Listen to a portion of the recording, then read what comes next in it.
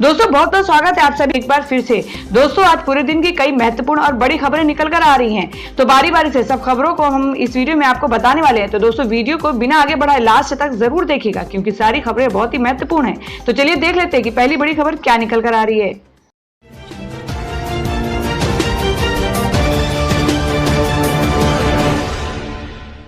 और अब अगली खबर में आपको बता दें, नीतीश कुमार ने कहा विद्यार्थियों को नहीं देना होगा किराया, श्रमिकों को भाड़े का पैसा लौटाया जाएगा।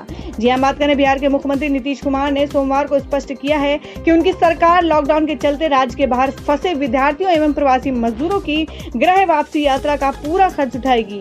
और वह ये विपक्ष के इस आरोप का जवाब दे रहे थे कि उन्होंने अन्य राज्यों में फंसे बिहारी विद्यार्थियों एवं प्रवासी मजदूरों को मझधार में छोड़ दिया है।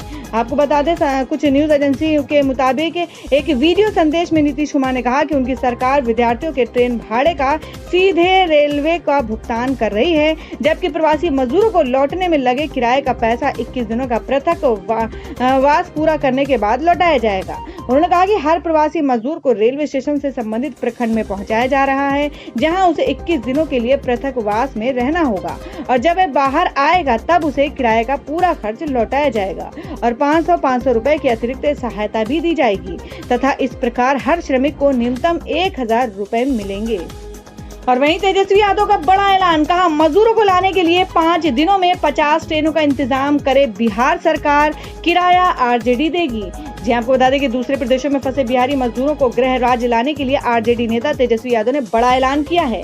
तेजस्वी यादव ने कहा है कि वह बिहारी मजदूरों को लाने के लिए 50 ट्रेनों का किराया देने को तैयार हैं। तेजस्वी ने कहा कि आरजेडी शुरुआती तौर बिहार सरकार को अपनी तरफ से 50 ट्रेनें देने को तैयार है। सरकार 5 दिनों में ट्रेनों का बंदोबस्त करे, पार्टी इसका किराया तुरंत सरकार के खाते में ट्रांसफर करेगी।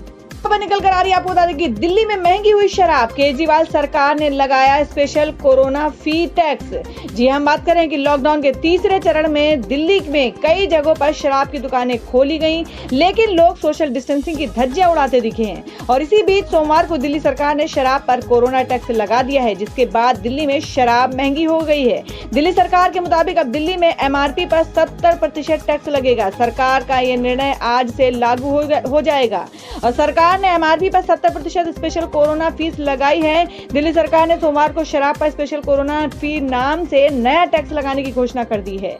दिल्ली में अब मंगलवार से शराब महंगी हो जाएगी। दिल्ली सरकार के मुताबिक अब दिल्ली में MRP पर 70% टैक्स लगेगा। ये टैक्स MRP पर लागू होगा, यानी कि जो शराब की बोतल 500 में मिलती होगी वो अब 850 रुपए की मिलेगी। बता दें कि दिल्ली में 40 से अधिक दिनों के बाद शराब की दुकानें सोमवार को खुली और जबरदस्त भीड़ होने के कारण उन्हें बंद करना पड़ा, क्योंकि दुकान के बाहर जमा लोग सोशल डिस्टेंसिंग के नियमों का पालन नहीं कर रहे थे।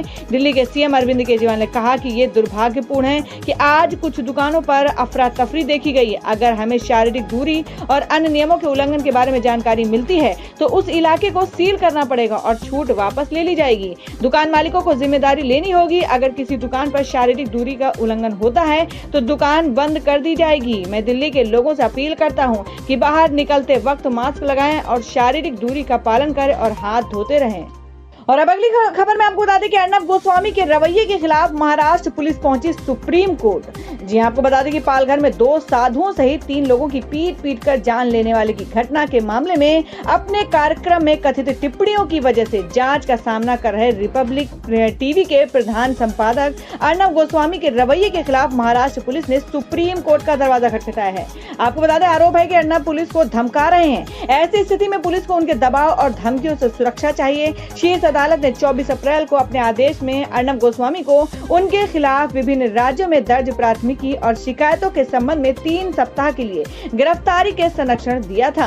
और ये प्राथमिकी और शिकायतें पालघर घटना के संबंध में कथित मानहानि कारक बयानों को लेकर दायर हुई हैं। आपको बता दें, पीठ ने नागपुर सदर थाने में दर्ज एक मामला मुंबई के NM जोशी मार्ग थाने में स्थानांतरित कर दिया और अर्नब को जांच में सहयोग करने का निर्देश दिया था। बाकी अन्य ऐसे मामले में आगे आपराधिक कार्यवाही पर रोक लगा दी थी। पीठ ने युवक कांग्रेस के कुछ कार्यकर्ताओं के खिलाफ गोस्वामी की प्राथमिकी की जांच करने का भी मुंबई पुलिस को आदेश दिया था।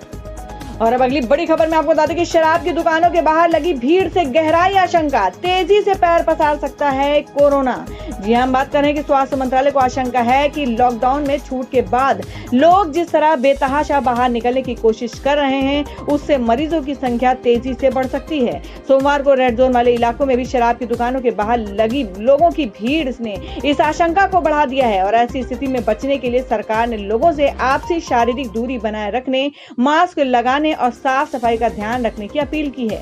आपको बता दें कि स्वास्थ्य मंत्रालय के एक वरिष्ठ अधिकारी ने कहा है कि सोमवार से लॉकडाउन में कुछ छूट मिलने के बाद कोरोना के नए मामले में बढ़ोतरी स्वाभाविक है और ध्यान देने की बात है कि कोरोना के नए मामलों की संख्या लगातार बढ़ती जा रही है। इसमें और इजाफा होने के बाद स्थिति बेकाबू होने के खतरे के बारे में पूछे जाने पर उन्होंने कहा कि स्थानीय प्रशासन को कंटेनमेंट एरिया को पूरी तरह बंद करने की हिदायत दी गई है और इसके साथ ही उन पर नजर रखने के लिए ऐसे संवेदनशील स्थानों पर 20 केंद्रीय अंतर मंत्रिमंडलीय टीमें भी भेज दी गई हैं। लेकिन छूट के दौरान यदि लोगों ने सरकार के दिशा निर्देशों का सही से पालन नहीं किया तो स्थिति बेकाबू भी हो सकती है।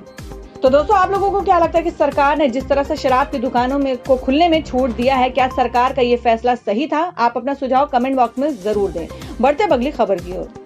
और अब जो खबर आ रही है आपको बता दें कि कोरोना संकट में लोगों की मदद के लिए आए सलमान खान खास अंदाज में लोग कर रहे हैं उनकी तारीफ। जी हम बात कर रहे हैं कि बॉलीवुड के भाईजान सलमान खान ने जरूरतमंदों को कुछ अलग अंदाज में भिजवाया राशन, जिसकी यूजर जमकर प्रशंसा कर रहे हैं। लॉकडाउन में अपने फार्म हाउस में superstar Salman Khan corona virus की मुश्किल घड़ी में लगातार जरूरतमंदों की मदद कर रहे हैं। पहले बॉलीवुड इंडस्ट्री में काम करने वाले 25,000 से अधिक डेली वेजेस वर्कर्स के अकाउंट में रुपए ट्रांसफर कर उनकी मदद की थी और अब सलमान खान ने अपने इंस्टाग्राम पर एक वीडियो शेयर किया है जिसको देखकर यूजर उनकी जमकर प्रशंसा कर रहे हैं। आपको बता दें कि फिल्मों और अपने काम को लेकर अपने फैंस के दिलों पर राज करने वाले फिल्म इंडस्ट्री के सल्लू भाई यानी सलमान खान ने इस बार गांव वालों को राशन भेजकर उनका ही नहीं बल्कि देश भर के फैंस का फिर से दिल जीत लिया है। रियल लाइफ में अपनी जबरदस्त एक्टिंग से लोगों के दिलों पर राज करने वाले कलाकार सलमान खान लॉकडाउन के समय में जरूरतमंदों की लाइफलाइन बनकर ये बता दिया है कि वो रियल लाइफ में भी नहीं बल्कि रियल लाइफ में भी हीरो हैं। बता दें कि लॉकडाउन में दिहाड़ी मजदूरों और अन्य काम करके हर दिन की रोटी का जुगाड़ करने वालों के लिए बहुत कठिनाइयां थी, लेकिन सलमान खान उनकी मदद को लगातार सामने आ रहे हैं। सलमान खान ने एक बार फिर से भूखे जरूरतमंदों के लिए बैलगाड़ी और ट्रैक्टर्स में भर कर राशन भेजा है। सलमान खान ने जरूरतमंदों को किराने का सामान दान किया और अपने फार्म हाउस से भारी भरकम सामान बैलगाड़ियों और गाड़ियों में भर कर सामान भेजा। सलमान खान ने जरूरतमंद लोगों तक राशन से भरे पैकेट पहुंचाने के लिए स्वयं ये सामान लोड करवाया, जिसकी अब उनके फैंस काफी तारीफ कर रहे हैं। सलमान खान ने इंस्टाग्राम और ट्विटर पर 2 वीडियो शेयर किया है और दिखाया कि वो कैसे लोगों की मदद कर रहे हैं। तो दोस्तों, खबरों में आगे बढ़ने से पहले जान लेते हैं आज के माइंड क्विज के सवाल को। आज का सवाल है, आपको बताना है पंजाब की राजधानी कहाँ है। इसका जवाब आपको वीडियो के नीचे कमेंट बॉक्स में देना है और सही जवाब देने वाले को रैंडमली सिलेक्ट किया जाएगा और वो जीत सकते हैं एक बम्पर पुरस्कार। बढ़ते हैं अगली बड़ी खबर की।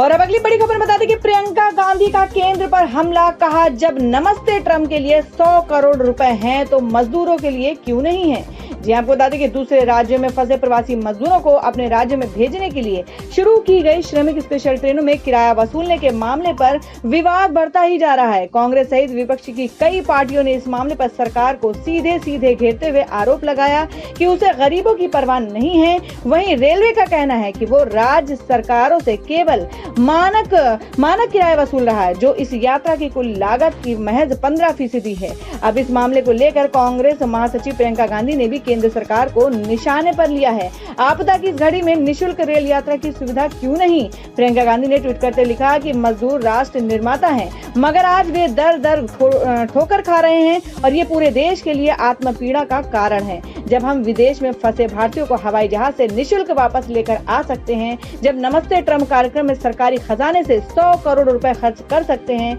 जब रेल मंत्री पीएम केयर फंड में 151 करोड़ रुपए दे सकते हैं, तो फिर मजदूरों को आपदा की इस घड़ी में निशुल्क रेल यात्रा की सुविधा क्यों नहीं दे सकते। भारतीय राष्ट्रीय कांग्रेस ने निर्णय लिया है कि घर लौटने वाले मजदूरों की रेल यात्रा का पूरा खर्च उठाएगी। और अब बता दें कि यूएई में इस्लामोफोबिक पोस्ट डालने पर 3 भारतीयों को नौकरी से निकाला गया।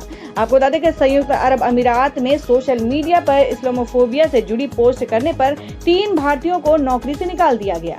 या सस्पेंड कर दिया गया। इससे कुछ दिन पहले ही यूएई में भारतीय राजदूत ने प्रवासी भारतीयों को हिदायत देते हुए कहा था कि सोशल मीडिया पर किसी भी तरह का भड़काऊ पोस्ट न डालें। गल्फ न्यूज की रिपोर्ट के मुताबिक यहाँ रह रहे करीब आधा दर्जन लोगों के खिलाफ सोशल मीडिया पोस्ट को लेकर कार्रवाई हुई है। इन 3 भारतीयों में chef Rawat Rohit, store keeper Sachin Kinni Goli और एक कैश कस्टोडियन है, जिनकी पहचान एम्प्लॉयर की ओर से जाहिर नहीं की गई है। इस रिपोर्ट में कहा गया है कि भारतीय प्रवासियों ने अपने राजदूत की चेतावनी को अनसुना कर दिया है, क्योंकि इस्लामोफोबिया से जुड़ी सोशल मीडिया पोस्ट को लेकर कार्रवाई का सामना करने वाले लोगों की संख्या बढ़ती जा रही है। आपको बता दें कि इस रिपोर्ट में कहा गया है कि भारतीय प्रवासियों ने अपने राजदूत की चेतावनी को अनसुना कर दिया था और इस मामले में राजकुमारी कासमी ने भी कहा है कि अगर उनके देश में रह रहे भारतीयों ने नफरत फैलाने वाली पोस्ट की तो उनके खिलाफ सख्त कार्रवाई की जाएगी। यूएई की राजकुमारी के नाराजगी भरे ट्वीट के बाद ही भारतीय राजदूत को सामने आना पड़ा था। भारतीय राजदूत पवन कपूर ने 20 अप्रैल को भारतीयों को आगाह करते हुए कहा था कि इस तरह का व्यवहार न करें। उन्होंने ट्वीट कर कहा था कि भारत और यूएई किसी भी आधार पर भेदभाव के बिना सबसे साथ समान व्यवहार करते हैं। भेदभाव करना नैतिक और कानूनी दोनों ही मूल्यों के खिलाफ है। ये बात यूएई में रहने वाले सभी भारतीयों को ध्यान में रखनी चाहिए। और अब अगली बड़ी खबर निकल कर आ रही है। लॉकडाउन के बाद महंगी हो जाएंगी हवाई यात्रा, जानिए कितना बढ़ जाएगा किराया, फॉलो करने होंगे ये नियम। जी हम बात कर रहे हैं कि कोरोना वायरस महामारी को रोकने के जारी देशव्यापी लॉकडाउन का असर अब बिजनेस पर साफ नजर आने लगा है। कोरोना वायरस संक्रमण रोकने के लिए सरकार ने 25 मार्च को देश भर में लॉकडाउन का ऐलान किया था। अप्रैल का पूरा महीना लॉकडाउन में निकल गया। इससे आर्थिक गतिविधियां बहुत प्रभावित हुई हैं। ऐसे समय में जब डिमांड कम है और कारोबार ठप हो रहे हैं, जिसके चलते एयरलाइंस कंपनियां भारी नुकसान के चलते खतरे में आ चुकी हैं। लगभग 1.5 महीने से फ्लाइट न चलने से विमानन कंपनियों को करोड़ों का घाटा हुआ है।